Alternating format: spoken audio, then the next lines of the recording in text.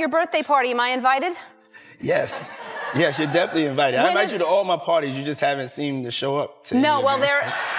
is it on the East Coast? Yes. Well, that's why. Why don't you have one here on the West Coast? Because I work all the time. Okay, well, maybe I have one at your house. Where's that? I know about them. Ellen, Now- were you surprised by the allegations about P. Diddy? Did that surprise you about P. Diddy? He's been on your show many times. Have you been to his parties? I don't have any real personal beef with Diddy, but it's got to go down. The bits are there. I'm a gold miner. I just found some gold. I just stumbled on something crazy, and it's setting the internet on fire. Joe Rogan dropped a comment that flipped the whole conversation sideways. And now people can't stop talking. This time, he's calling out the silence around Ellen DeGeneres.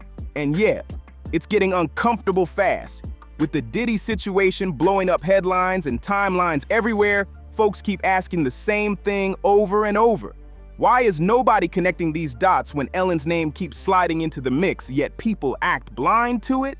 All right, we're back with Sean Diddy Combs. Is it Diddy today? Because sometimes you're Puffy and sometimes you're Diddy. Or sometimes you're Daddy. What are you today? I'm so confused today with it, as long as you say it in a nice way. When Diddy got hit with serious federal charges, the public did what it always does. They went digging deep into the past.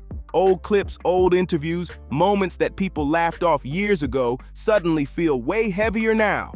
Stuff that once seemed playful doesn't land the same when you replay it with fresh eyes. And that's exactly where Ellen comes into the picture. People started resurfacing clips of Ellen and Diddy looking way too comfortable on her show, laughing it up, joking around, leaning into party talk like it was nothing. Gonna be a new thing? Are you gonna try to be early? Yes, I'm trying to be early. Are you gonna be early for my party? Yes, I am. No. No. You know I have to arrive fashionably late. All right, not too late though. Not too late? Not too late, please. What time would you like me there? I'll tell you later. Okay. But not too late, because you know, once you get there, the party really starts. Yeah. You know? Back then, it looked harmless, almost goofy. But now, with everything that's come out, those same jokes feel different. Viewers are rewatching them slowly, catching vibes they swear they missed before. The energy hit strange, like there was more being said without saying it. Suddenly, people are questioning what was really behind those smiles and laughs. Now here's where Joe Rogan really shook the table. He straight up suggested there's a reason nobody's pushing Ellen the way they're pushing others. Even though Diddy appeared on her show multiple times, and that party talk wasn't subtle or quick. It was casual, public, and on camera.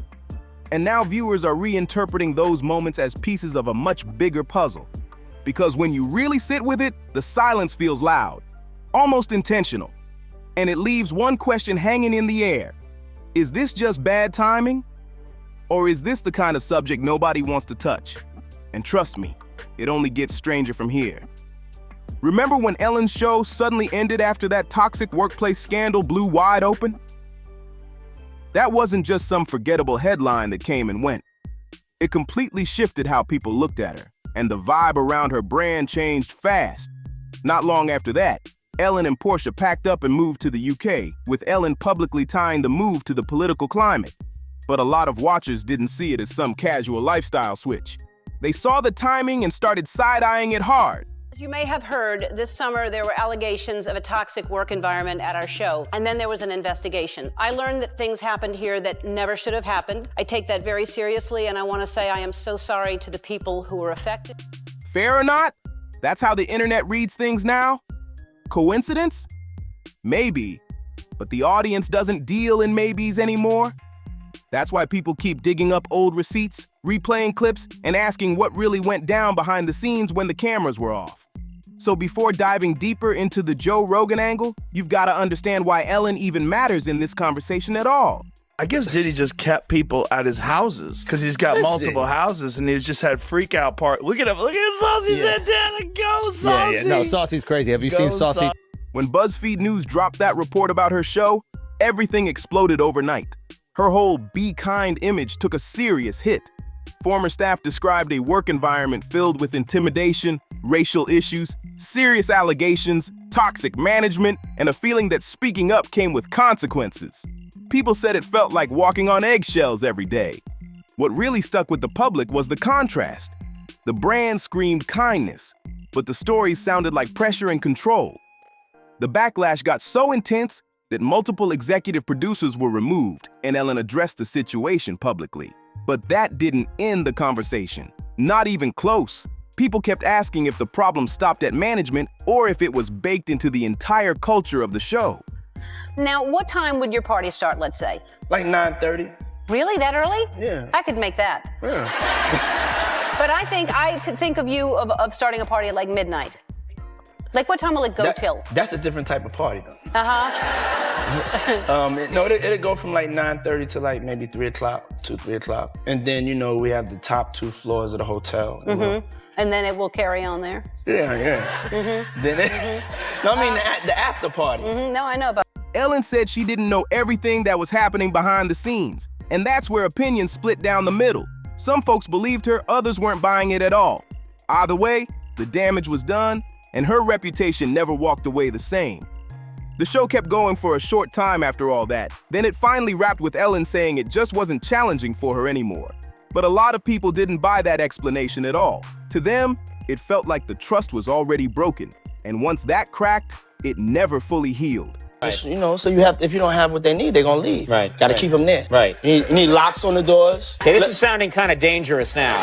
It's a little kinky, but That's why now, when this conversation pops back up, people aren't letting it slide so easily. So now let's get into what Joe Rogan actually said, because this is where things really start to feel uncomfortable.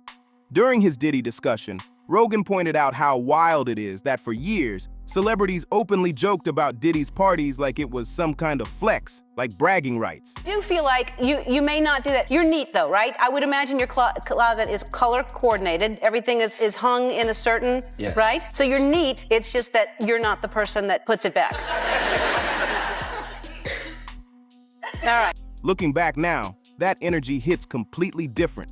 He mentioned people like Ashton Kutcher and others who talked about those parties on camera, laughing like it was all harmless fun, almost like a badge of honor you wore if you were in that circle. Then Rogan dropped the obvious truth bomb.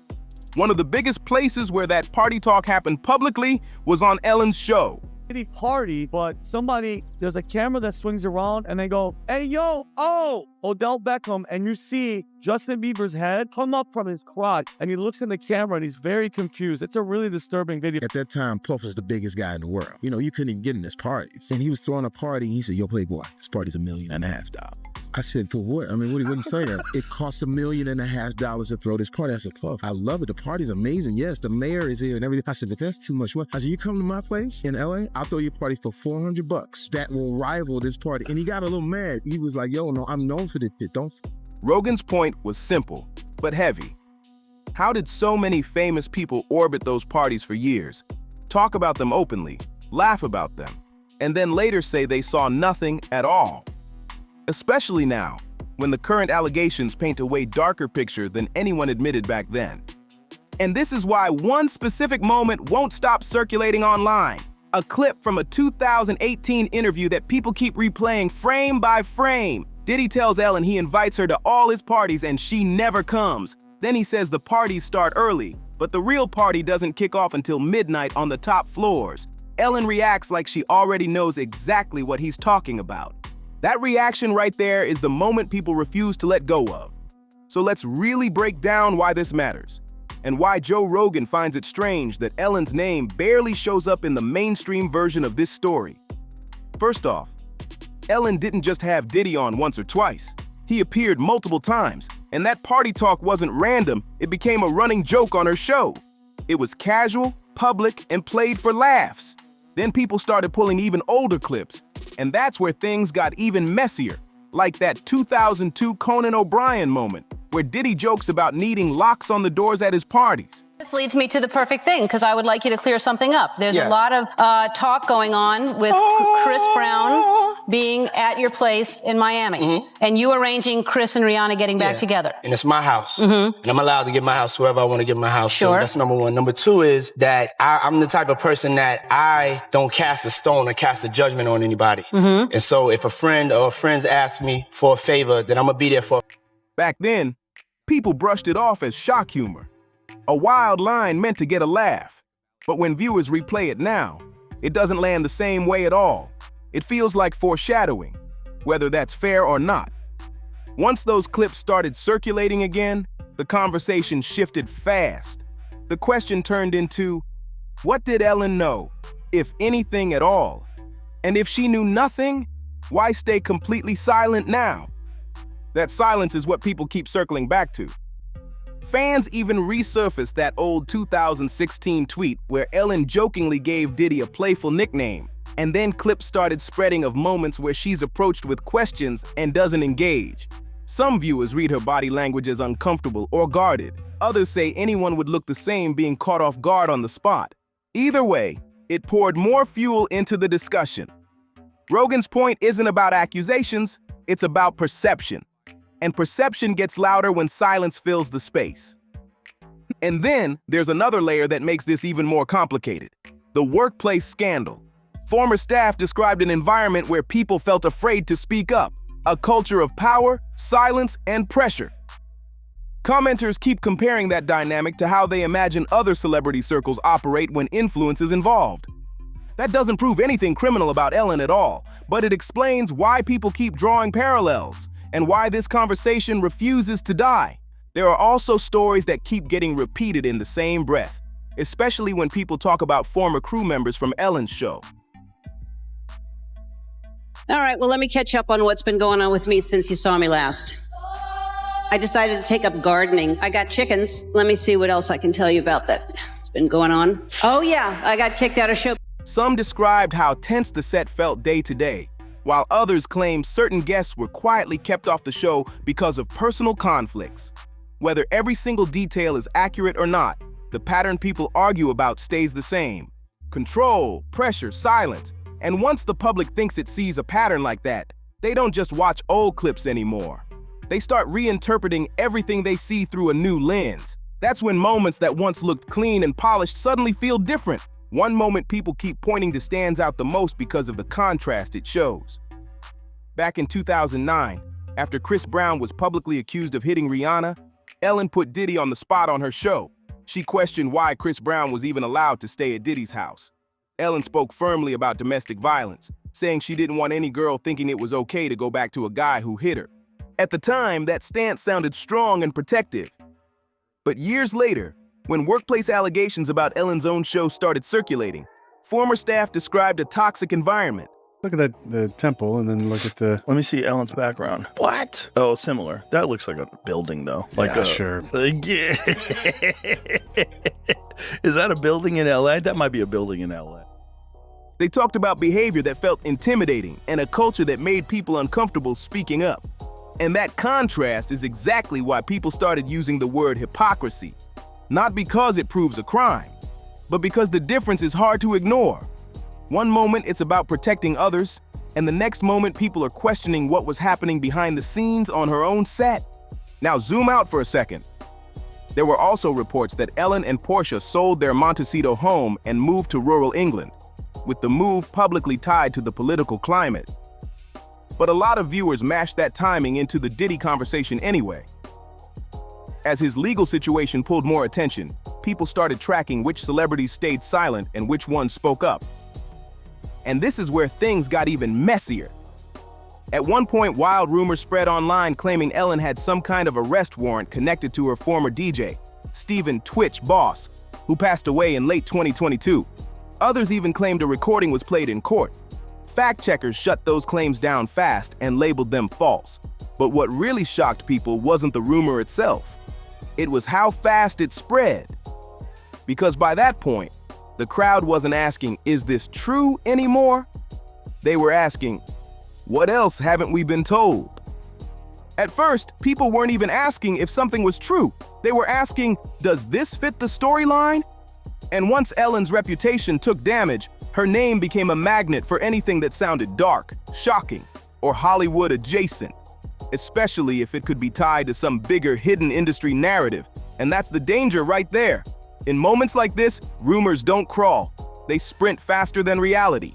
But here's the part people can't ignore. The distrust is real. That's why these stories don't fade away. Even in her Netflix special For Your Approval, Ellen addressed being pushed out of show business and joked about it.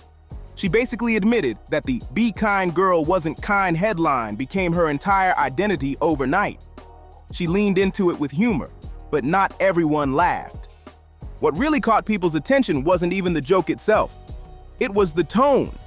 The way she talked about ego exposure, backlash, and how hate feels louder than love. She said there are extremes in this business, that people either idolize you or despise you, and the hate somehow always screams louder. But a lot of listeners didn't hear accountability in that.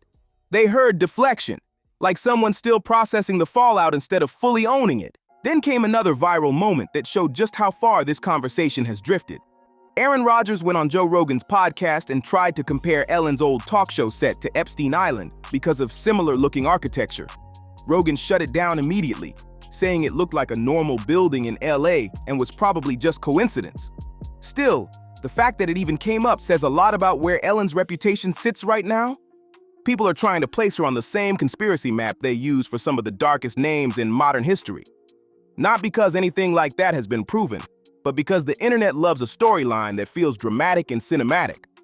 So now the question isn't just what's true, it's how these narratives form, spread, and stick. Let's look at the reactions next and focus on the pattern, not just the noise.